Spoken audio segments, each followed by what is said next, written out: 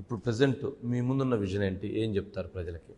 తెనాలికి ఖచ్చితంగా ఒక బ్రహ్మాండమైన ఫ్యూచర్ ఉందండి. అమరావతి రాజధానిగా మరొకసారి మనం నిర్మాణం చేసుకోవడం ప్రారంభించాలి. ఓకే. దానికోసమే చంద్రబాబు నాయుడు గారు విజన్, పవన్ కళ్యాణ్ గారి పట్టుదల, మన ప్రాంతానికి వాళ్ళు చేసిన త్యాగాల్ని మనం మర్చిపోకూడదు ఆ రైతులు. అందులో భాగంగా సిఆర్డీలో ఉన్న పరిధిలో ఉన్న అన్ని పట్టణాలు, గ్రామాలు మంచి ప్రణాళికతోటి మనం అభివృద్ధి చేసుకోవాలి. మనం ఇతర రాష్ట్రాలతో పోటీ పడాలి.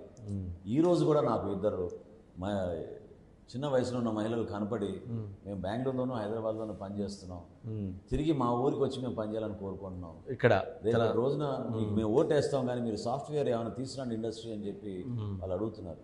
ఓకే. అంటే నిజంగా వలసలకు వెళ్ళిపోయే పరిస్థితి ఉండకూడదు, తిరిగి రావాలి, మన తల్లిదండ్రులు నివసించాలి, మన ప్రాంతంలో మనం నివసించాలి అనే తపన యువతలు వస్తున్నప్పుడు అది మన బాధ్యతగా మనం తీసుకొని ప్రభుత్వంలో మనం నిలబెట్టాలి.